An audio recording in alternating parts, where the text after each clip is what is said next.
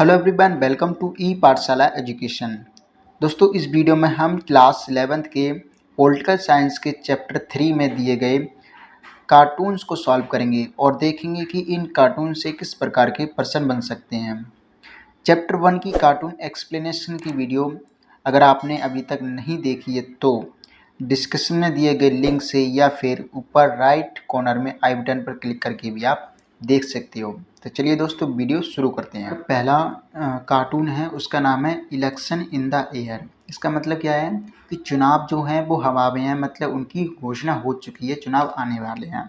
तो दरअसल ये कौन से चुनावों की बात हो रही है, तो ये हो रही है हमारे दूसरे आम चुनावों की, जो कि 1957 में होने थे। पहले आम चुनाव कौन से हुए थे हमारे 1952 में, ठीक है। 1951 में शुरू हुए थे, 52 तक चले थे, तो मेनली इनको 1952 के चुनाव माना जाता है। 5 साल होने के बाद 1957 में दोबारा चुनाव होने थे। तो जब चुनावों की घोषणा हुई थी तो यहाँ पर क्या दिखाया गया है कि अफरा तफरी मची हुई है। तो कार्टूनिस्ट इस कार्टून के बारे में क्या कहता है कि कहा जाता है चुनाव लोकतंत्र का त्योहार है, लेकिन इस कार्टून में उसे एक आफत के रूप में दिखाया गया है। क्या ये लोकतंत्र के लिए अच्छा है? तो देखिए, चुनाव लोकतंत्र का त्योहार है, इसका मतलब क्या हो गया कि जो भी त्योहार आता है, हम कोई भी त्योहार मनाए, चाहे होली, दिवाली, ठीक है, कोई सा भी राष्ट्रीय हो या धार्मिक त्योहार है, उससे पहले हमें कई सारी तैयारियां करनी पड़ती हैं। हमें सजावट करनी पड़ती है अपने घर की या फिर किसी भी संस्थान की, फिर उसके लिए सामान खरीद के लाना, साफ़ सफाई करना, बहुत सारे काम होते हैं। इसी तरह से जो लोग चुनाव है, चुनाव के आने से पहले बहुत सारी तैयारियां करनी पड़ती हैं। जैसे जो चुनाव आयोग होता है वो मतदाता सूची तैयार करता है, चुनाव क्षेत्रों का चयन करता है कि कहाँ-कहाँ चुनाव होंगे और चुनाव की घोषणा करता है, ठीक है। चुनाव किस तरह से कराए जाएंगे, बैलेट पेपर द्वारा या ईवीएम मशीन द्वारा, ये सारी तैयारियां की जाती हैं। इसी वजह से इसको लोकतंत्र का त्योहार कहा जाता है। क्यों? क्योंकि इसी चुनाव की वजह से जो लोग हैं, जो जनता है, वो अपने प्रतिनिधि को चुनेंगे और वो सत्ता में आएंगे और लोकतंत्र को दोबारा चलाएंगे। इसी वजह से लोकतंत्र का त्योहार भी माना जाता है। लेकिन यहाँ पर उसको एक आफत के रूप में दिखाया गया है। क्यों? तो देखिए, आफत आपको कहाँ देखने के लिए मिलेगी? कहीं अगर आप जा रहे हो, अचानक कोई पैसे लुटा दे बहुत सारे, तो क्या करोगे? आसपास के जितने भी लोग होंगे वो पैसे लूटने के लिए एकदम से भाग पड़ेंगे और इधर-उधर भागेंगे, ज़्यादा से ज़्यादा पैसे इकट्ठे करने की कोशिश करेंगे। जैसे आपको इस चित्र में लग रहा है कि जैसे ये सारे पैसे लूटने के लिए भाग रहे हों। यहाँ पर देखिए, ये खा भी रहा है, ठीक है। तो ये खा दरअसल पैसे नहीं रहा है, बल्कि ये चुनावी जो वोट होते हैं उनको दिखाया गया है पैसों के रूप में, ठीक है। तो यहाँ पर कुछ पे आप नाम भी लिखा देख सकते हो कि इन पे वोट लिखा हुआ है। मतलब जब भी चुनाव आता है तो जो राजनेता होते हैं वो वोट मांगने के लिए, वोट अपना इकट्ठा करने के लिए इधर-उधर भागते हैं। लेकिन यहाँ पर उसको कुछ ज़्यादा ही अफरा-तफरी का माहौल बताया गया है, यानी आफ़त के रूप में बताया गया है कि चुनाव आ गया, एकदम से आफ़त आ गई। राजनेताओं के लिए आफ़त कभी नहीं होना चाहिए, क्योंकि ये तो लोकतंत्र का त्योहार है। तो देखते हैं कि इस कार्टून से किस तरह के क्वेश्चन बन सकते हैं। तो पहला तो हमें यही देखना पड़ेगा कि चुनाव को क्यों ये कहा गया है कि चुनाव लोकतंत्र का त्योहार है। तो क्वेश्चन पहला बनता है हमारा, चुनाव को लोकतंत्र का त्योहार क्यों कहा गया है? तो इसका आंसर कैसे लिखेंगे कि जिस प्रकार किसी त्योहार के आने से पहले उसकी तैयारी की जाती है, उसी प्रकार हर चुनाव से पहले अनेक तैयारियां करनी पड़ती हैं, ताकि चुनाव आयोग को निष्पक्ष और शांतिपूर्ण ढंग से कराया जा सके, ठीक है। ताकि चुनाव को निष्पक्ष और शांतिपूर्ण ढंग से कराया जा सके।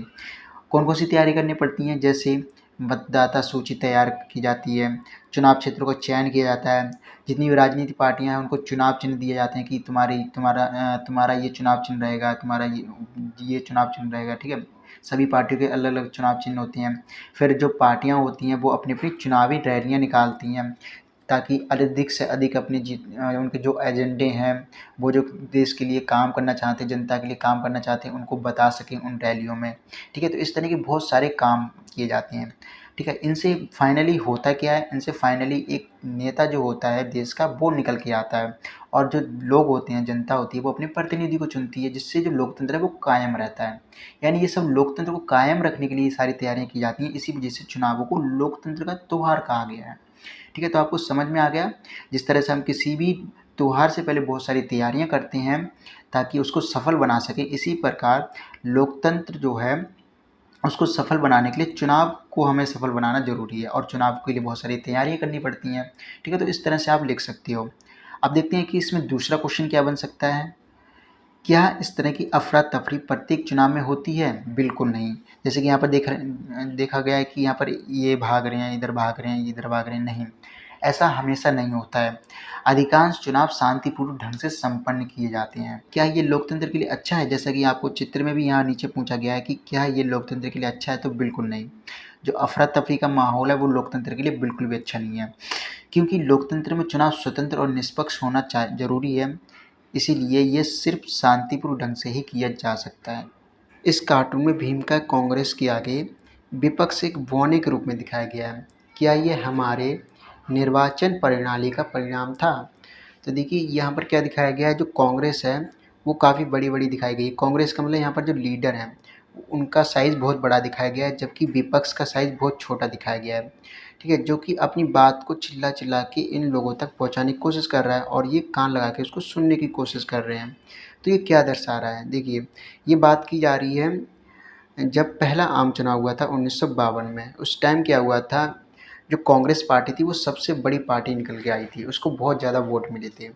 जबकि विपक्ष था उसको बहुत कम वोट मिले थे, इक्का-दुक्का ही सीट मिली थी।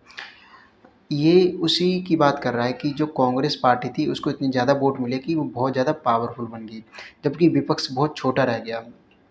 क्यों ऐसा क्यों हुआ? तो कांग्रेस पार्टी में बहुत फेमस लीडर थे, जैसे पंडित जवाहरलाल नेहरू, सरदार वल्लभ भाई पटेल।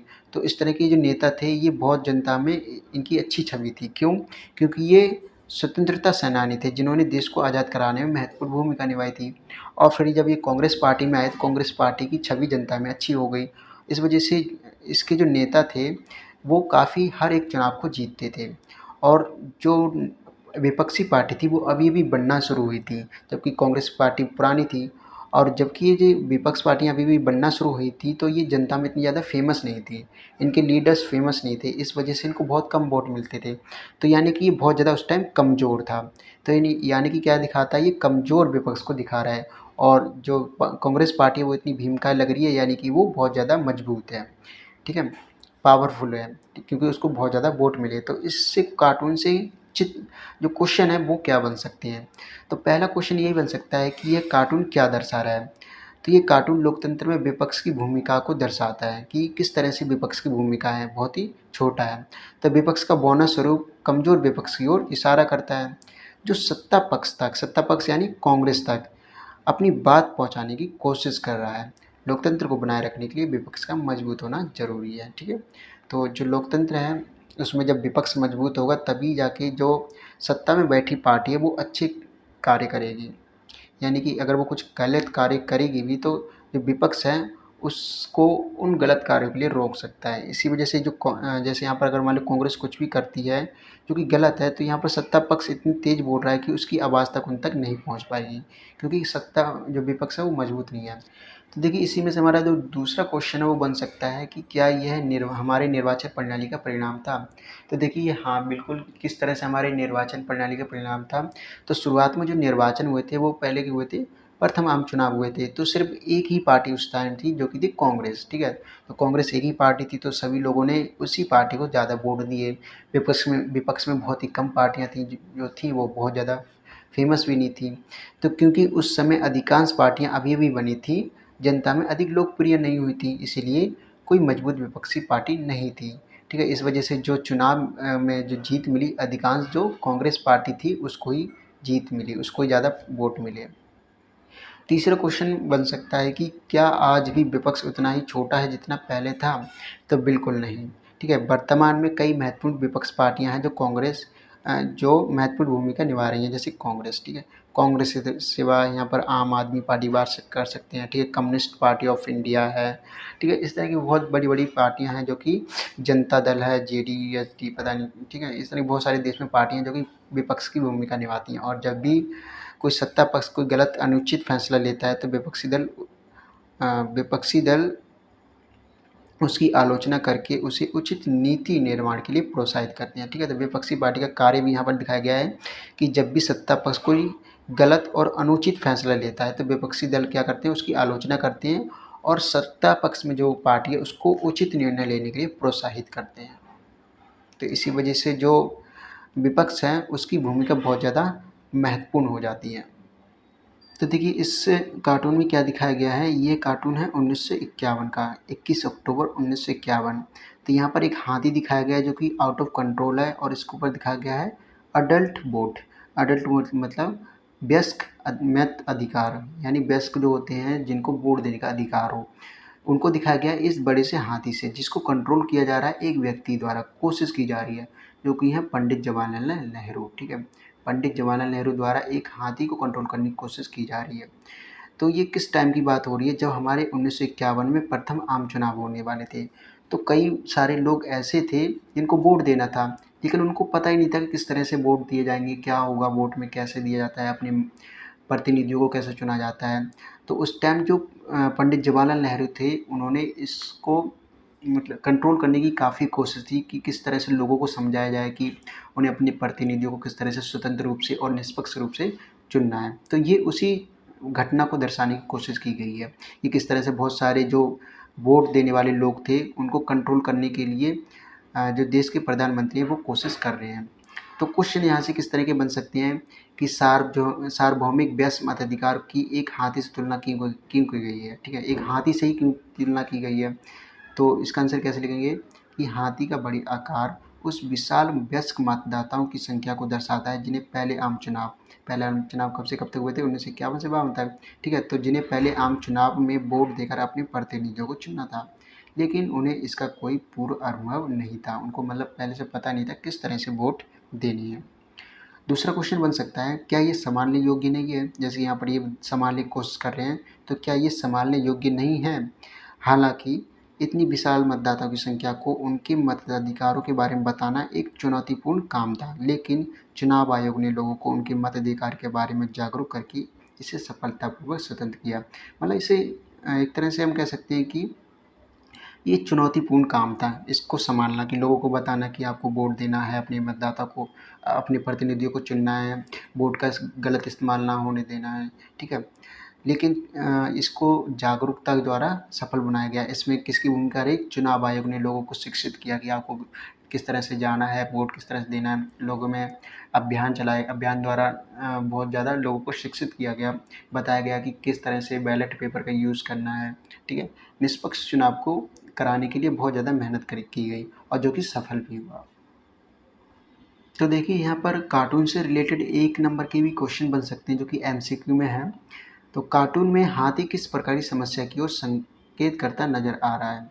तो यहाँ पर पूछ सकता है किस तरह से ये क्या संकेत कर रहा है, कार्टून में जो हाथी है किस प्रकार की समस्या लग रही है आपको। तो एक एक नंबर में आपसे पूछ सकता है। तो पहला है विशाल मतदाता, दूसरा विशाल हाथी, या फिर विशाल प्रतिनिधि, या कुछ नहीं। देखिए कुछ नहीं तो है इसके अंदर, तो ये तो ऑप्शन गलत हो गया। विशाल प्रतिनिधि नहीं होगा, क्यों, प्रतिनिधि वो होते हैं जो चुनाव में खड़े होते हैं, तो यहाँ पर चुनाव में खड़े नहीं हैं। तो यहाँ पर विशाल हाथी को भी नहीं दिखाया गया है, विशाल मतदाता को दिखाया गया है। मतदाता यानी जो वोट देंगे। ठीक है, तो वोट से आपको याद रखना है मतदाता। फिर अगला क्वेश्चन है कि हाथी की पूंछ खींचना किस ओर इशारा करता है। अनियंत्रित भीड़, अनियंत्रित व्यक्ति, विशाल हाथी, या कुछ नहीं। ठीक है, तो यहाँ पर अनियंत्रित भीड़ होगा सही आंसर। क्यों, क्योंकि इतने सारे लोग थे जो कि अनियंत्रित भीड़ की तरह थे। उनको नियंत्रण में लाना, उनको बताना किस तरह से आपको वोट डालना है, उसको निष्पक्ष रूप से संपन्न कराना है, ये बड़ी चुनौती थी। तो ये अनियंत्रित भीड़ की ओर इशारा करता है। फिर है हाथी की पूंछ खींचने वाले नेता का नाम लिखिए। तो पंडित जवाहरलाल नेहरू। देखिए इस चित्र में क्या दिखाया गया है कि एक कोई राजनेता है जो कि अपने अन्य पार्टी के लोगों से कुछ कह रहा है। तो ये क्या कह रहा है कि सावधान, चुनाव जीतना, यहाँ पर होगा जीतना अब मुश्किल काम होने वाला है। अब नई आचार संहिता, सही और स्वच्छ मतदान तथा कड़े अनुशासन जैसी नई मुसीबतों को झेलना पड़ेगा। ठीक है, तो यहाँ पर और क्या बताया गया है कि नेताजी चुनाव आयोग से डर गए हैं। वे कह रहे हैं कि हमें निष्पक्ष और स्वतंत्र चुनाव की चुनौती झेलनी है। नेता चुनाव आयोग से डरते क्यों हैं, क्या ये स्थिति लोकतंत्र के लिए अच्छी है। तो चुनाव आयोग से क्यों डरते हैं, क्योंकि जो नेता होते हैं वो चुनाव आयोग के जो आचार संहिता होती है उससे डरते हैं। वो दरअसल चुनाव आयोग से नहीं डर रहे हैं, चुनाव आयोग जो नियम बनाता है चुनाव के लिए वो उससे डरते हैं। चुनाव आयोग स्वतंत्र और निष्पक्ष चुनाव कराने के लिए कई सारे नियम बनाता है। ठीक है, तो बेसिकली यहाँ पर जो स्वतंत्र और निष्पक्ष चुनाव कराने में चुनाव आयोग की भूमिका है उसको दिखाने की कोशिश की गई है। तो यहाँ पर क्वेश्चन किस तरह का बन सकता है? तो पहला क्वेश्चन ये बनेगा कि नेता चुनाव आयोग से डरते क्यों हैं? तो नेता चुनाव आयोग से डरते हैं क्योंकि वे किसी भी तरह से चुनाव जीतना चाहते हैं, लेकिन चुनाव आयोग उन पर कुछ चुनावी नियम कानून लागू करके उन्हें अपने पैसों तथा पावर का गलत इस्तेमाल करने से रोक देते हैं। तो देखिए यहाँ पर एक दूसरा क्वेश्चन पूछा गया है कि क्या यह स्थिति लोकतंत्र के लिए अच्छी है? तो हमारा भी यही क्वेश्चन बन जाएगा कि क्या यह स्थिति लोकतंत्र के लिए अच्छी है? तो बिल्कुल हाँ। क्यों? क्योंकि यह स्थिति लोकतंत्र के लिए अच्छी है क्योंकि इसके द्वारा स्वतंत्र और निष्पक्ष चुनाव को बढ़ावा मिलता है। इसमें चुनाव आयोग एक स्वतंत्र संस्था के रूप में अपनी शक्तियों, कार्यों और अधिकारों का इस्तेमाल करता है। मतलब चुनाव आयोग होता है एक स्वतंत्र संस्था के रूप में काम करता है। उस पे किसी भी पॉलिटिकल पार्टी का दबाव नहीं होता है।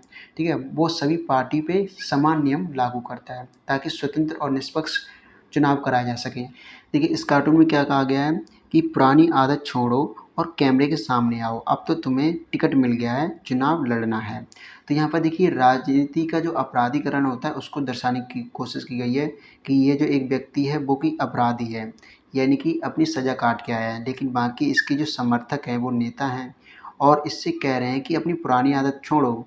तो मुँह छिपा रहे, जैसे आप देख सकते हो इसका मुँह नहीं दिख रहा है, ये किसी कपड़े से अपने मुँह को छुपाने की कोशिश कर रहा है। क्यों? क्योंकि अपराधी है। तो इसे कह रहे हैं कि तुम ये पुरानी आदत मुँह छिपाने वाली छोड़ो और कैमरे के सामने आओ। तो ये मीडिया वगैरह आई हुई है और इसका फ़ोटो ले रहे हैं। क्यों? क्योंकि इसको चुनाव में टिकट मिल गया है।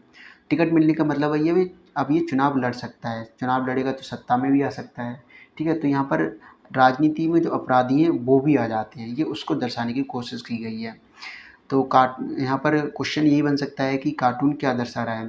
तो ये कार्टून राजनीति के अपराधीकरण को दर्शा रहा है, जिसके अंतर्गत किसी भी अपराधी को चुनाव लड़ने का टिकट मिल जाता है। इसी से एक और क्वेश्चन बनता है कि क्या गंभीर अपराध में संलिप्त अपराधी के चुनाव लड़ने पर प्रतिबंध होना चाहिए? मतलब कोई एक ऐसा व्यक्ति जो कि गंभीर अपराध में संलिप्त है, किसी ने गंभीर अपराध किया है और वो चुनाव लड़ रहा है, तो क्या उसके चुनाव लड़ने पर प्रतिबंध होना चाहिए? होना चाहिए, बिल्कुल हाँ। क्यों? क्योंकि देखिए यहाँ पर सबसे पहले हम यही लाइन लिखेंगे कि गंभीर अपराध में संलिप्त अपराधी के चुनाव लड़ने पर प्रतिबंध होना चाहिए, क्योंकि नंबर 1, वह चुनाव लड़ रहे अन्य उम्मीदवारों और मतदाताओं को डरा सकता है। दूसरा, पैसे और बाहुबल के आधार पर मतदान परिणाम को प्रभावित कर सकता है। इसका मतलब क्या हुआ कि वो ज़बरदस्ती लोगों को अपनी तरफ वोट डालने के लिए कह सकता है, जिससे जो परिणाम है वो बदल जाएंगे। सत्ता में आने पर अपराध को ही बढ़ावा देगा। मतलब अगर वो जीत भी जाएगा, ज़बरदस्ती किसी न किसी तरह से जीतेगा, तो वो जनता के लिए कार्य नहीं करेगा, ऐसे कार्य करेगा जिसमें अपराध को बढ़ावा दे मिलता हो, यानी भ्रष्टाचार करेगा। ठीक है, तो इस तरह के जो कार्य ऐसा जो व्यक्ति आएगा वो अपने जैसे व्यक्तित्व जैसे ही कार्य करेगा, मतलब कोई अच्छे काम नहीं करेगा। तो इस तरह के व्यक्ति को चुनाव लड़ने पर प्रतिबंध होना चाहिए, मतलब उसको टिकट नहीं मिलना चाहिए अगर उसने गंभीर अपराध किए हैं।